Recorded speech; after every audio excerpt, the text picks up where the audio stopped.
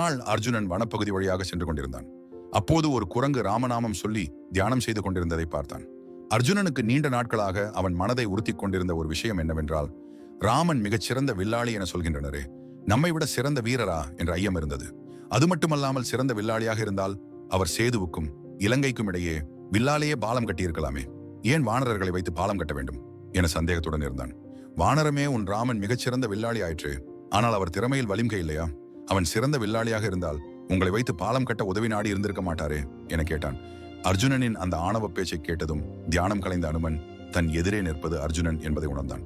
அவனின் அகந்தையை ஒடுக்க முடிவு செய்தான். அம்பு சரங்களால் கட்டப்பட்ட சரப்பாலம் என் ஒருவனின் பாரத்தை தாங்க இயலாது, எனில் ஒட்டுமொத்த வானரங்களின் பாரத்தை எப்படி தாங்கும் என கேட்டான். ஏன் தாங்காது? உன்னை மட்டுமல்ல, உன் வானர கூட்டம் அனைத்தும் சென்றாலும் என் பாலம் தாங்கும் வகையில் பாலத்தை கட்டுகிறேன். போட்டிக்கு தயாரா என கேட்டான்.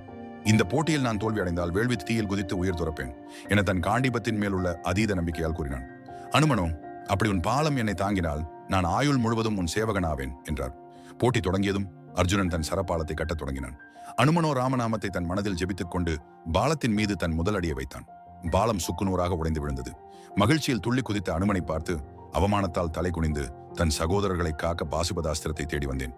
ஆனால் என் ஆணவத்தால் நான் தோற்றுவிட்டேனே. கிருஷ்ணா, நீ என்னை மன்னிக்க மாட்டாயா என்றவாறு வேள்வி தீயை வளர்த்து அதில் குதிக்க சென்றான். ஆஞ்சநேயர் எவ்வளவோ தடுத்தும் அர்ஜுனன் கேட்பதாக இல்லை. அப்போது இங்கே நடப்பதென்ன என ஒரு குரல் கேட்டது.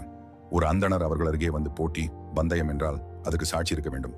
இப்பொழுது நீ பாலம் கட்டு பார்க்கலாம் என்றார். சென்ற முறை தோற்றுவிடும், இந்த முறை விடக்கூடாது என கிருஷ்ணரை நினைத்துக் கொண்டு தன் சரத்தால் பாலத்தை கட்டினான். சென்ற முறை மிக எளிதாக வென்றுவிட்டோம் என்ற கர்வத்தில் இந்த முறையும் எளிதாக உடைத்து விடலாம் என ராமநாமம் சொல்லாமல் பாலத்தில் மீது கால் வைத்தார். பாலமும் உடையவில்லை. பலமுறை குதித்தும் பாலம் அசையக்கூடவில்லை. பரிதாபமாக அர்ஜுனன் அனுமனை பார்த்து, பார்த்தாயா எங்களின் கண்ணனின் மதிப்பை? இப்போது சொல், யார் வலிமையானவர் என்று என கேட்டான். அந்த அந்தணனோ வென்றது அர்ஜுனனோ அனுமனோ இல்லை. முதலில் அர்ஜுனன் தன் அகந்தையில் பாலம் கட்டினான். அனுமன் தன் ராமநாமத்தை ஜெபித்து வெற்றியை உறுதி செய்தான். அதன் பின்னர் அர்ஜுனன் கிருஷ்ணரை நினைத்து பாலம் கட்ட, அனுமன் கர்வத்தில் ராமநாமம் கூறாமல் பாலத்தை உடைக்க முடியவில்லை. இறைவனை விட இறைநாமத்திற்கு மிகவும் வலிமை வாய்ந்தது. ஒருவன் இறைநாமத்தை மறந்து தலைகணத்தோடு இருந்தால் அவன் வெற்றி பெறும் வாய்ப்பு இருந்தும் இழக்க நேரிடும் என அந்த அந்தணன் கூறி கண்ணனின் உருவத்தை காட்டினான். கண்ணன் வாழ்க உன் ராமபக்தி அனுமன் என கூற அர்ஜுனன் ராமபக்தன் அனுமனை கட்டித் தழுவி வணங்கினான்.